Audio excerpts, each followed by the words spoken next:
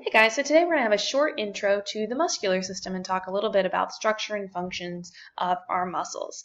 Now, much like the skeletal system, the function of the muscular system is to give the body its shape, protect internal organs, and provide for movement. Now, we have three main types of muscle. You probably think of muscle, you think of skeletal muscle, things like your biceps or your abs, but we also have smooth muscle and cardiac muscle. Now, cardiac muscle, there's only really one. It's the wall of our heart. Smooth muscles are going to be walls of hollow organs, blood vessels, and respiratory passages, and cardiac and smooth are both involuntary muscles. So these are muscles that we really can't control how they move.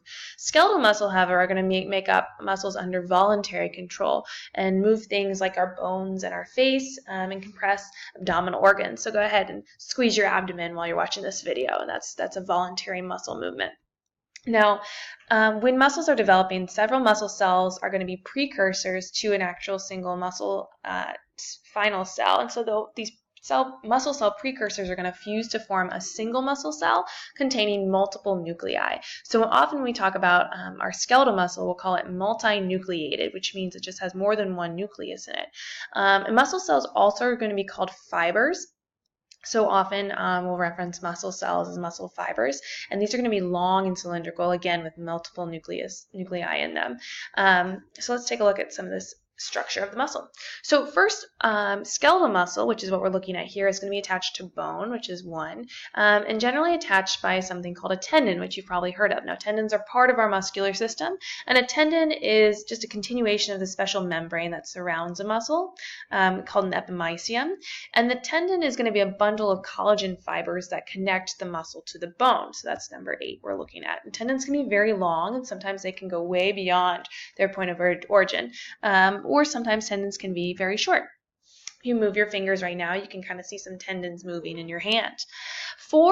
Let's look at, this is an individual muscle fiber. So again, it's a single cell, it's a cylindrical multinucleated cell, and skeletal muscle, of course, is divided into fascicles, and each fascicle is surrounded by a special membrane. And there's going to be blood vessels that are going to travel between these different parts of the muscle bundles. And we're going to look at more at the structure about this in class a little bit later on. And each muscle fiber, if we're going back to number 4, is going to include both thick parts, which are going to be called myosin, and thin parts, which are going to be called actin. And so this thick and thin myofibril is going to be arranged in a repeating pattern called a sarcomere, which we might have seen if you guys looked at muscular tissue when you're looking at your different tissue types. So each fascicle is going to be made up of individual muscle cells, and each muscle cell is surrounded by its own endomysium membrane. Okay. Let's take a little bit look with the vocab on here.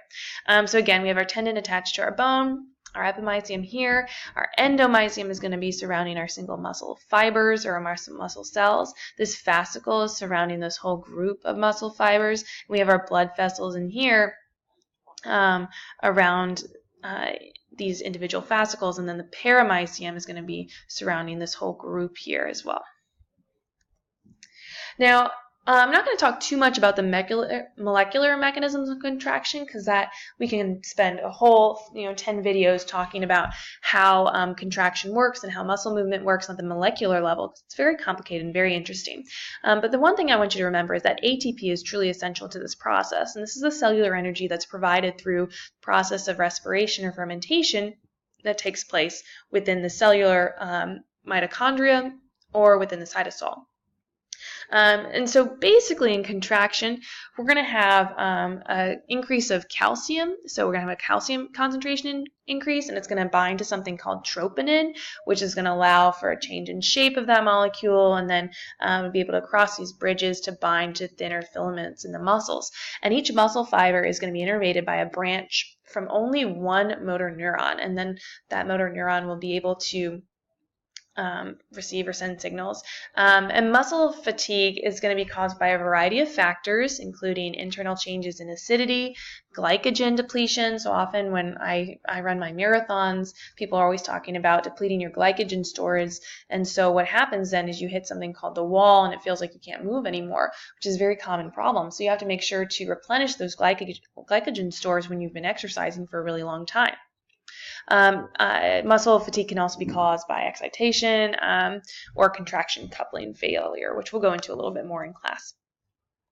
So again, skeletal muscle is when we're going to have this muscle attaching to bones, and these are some muscles you might have heard before, like our gluteus maximus or our biceps femoris or our latissimus dorsi. And again, tendons are going to attach the skeletal muscle body to the bones. The origin is the attachment to less movable bone, for example, a scapula. An insertion is an attachment to a more movable bone, for example, your radius. And so muscles are arranged in levels, systems in the body, and when muscles are moved, delicate actions or muscles that are responsible for more delicate actions are going to have a smaller number of fibers per unit or a smaller number of muscle cells per unit, and larger postural muscles are going to have much larger motor units. Okay, so when a group of muscles work together, the one pulling the greatest load is going to be called the prime mover or the agonist, while the other helper muscles are going to be called synergists. And then muscles that work opposite to each other are known as antagonists. And all of our muscles are going to work, skeletal muscles at least, are going to work in sort of a lever fashion. If you think back to like levers and pulleys in talking about simple machines, but that's basically the physics behind how our muscles are going to work. So with that in mind, we're going to go into a little bit more detail in class and talk more about muscles later, but this was just a brief introduction to our muscular system.